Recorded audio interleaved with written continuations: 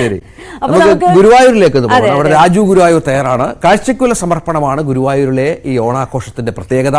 അത് പ്രത്യേക തരത്തിൽ വിളയിച്ചെടുത്ത കാഴ്ചക്കുലകളാണ്. അതിന്റെ ഒരു രാവിലെ മുതൽ തന്നെ മേൽശാന്തി കാഴ്ചക്കുല സമർപ്പിച്ചപ്പോൾ മുതൽ തന്നെ ഈ കാഴ്ചക്കുല സമർപ്പണ വഴിപാട് ആരംഭിച്ചു കഴിഞ്ഞു. രാജു ഗുരുവായൂർ, എന്തൊക്കെ പ്രത്യേകതകൾ? വലിയ തിരക്കാണോ ക്ഷേത്രത്തിൽ? Good morning Ranjith and Arya, എല്ലാവർക്കും ഓണാശംസകൾ. നമ്മളെ കണ്ടിരിക്കുന്ന ഓണാശംസകൾ നേരുന്നു. ഇന്ന് രാവിലെ ശീവേലിക്ക് ശേഷം കൊടിമരച്ചുവട്ടിലാണ് ഉത്രാട കാഴ്ചക്കുല സമർപ്പണം നടക്കുന്നത്. ആദ്യത്തെ കാഴ്ചക്കുല ക്ഷേത്രം മേൽശാന്തി ഗുരുവായൂരപ്പന് സമർപ്പിച്ചു. തുടർന്ന് ദേവസ്വം ചെയർമാൻ, ഭരണസമിതി അംഗങ്ങൾ, വിശിഷ്ട വ്യക്തികൾ എന്നിവരും കാഴ്ചക്കുലകൾ സമർപ്പിക്കും. തുടർന്നാണ് ഭക്തർക്കുള്ള അവസരം.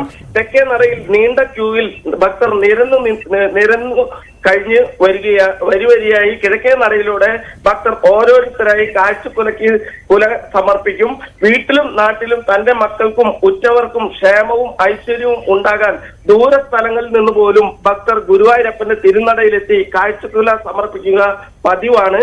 കാഴ്ചക്കുലകൾ സമർപ്പിക്കുക എന്നത് ഓരോ ഭക്തന്റെയും ആത്മസമർപ്പണം കൂടിയാണ്.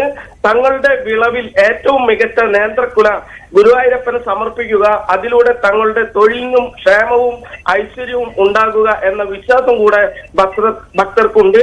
ഇത്തരത്തിൽ കാഴ്ചക്കുല സമർപ്പിക്കുന്ന കുലകളിൽ പകുതി നാളത്തെ ഓണസദ്യയിലേക്ക് പഴം പ്രഥമൻ ഉണ്ടാക്കാനായി മാറ്റിവെക്കും.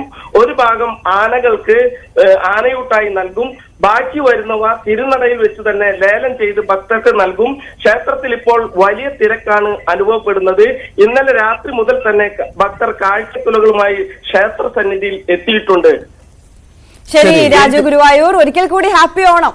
അതെ, ഹാപ്പി ഓണം.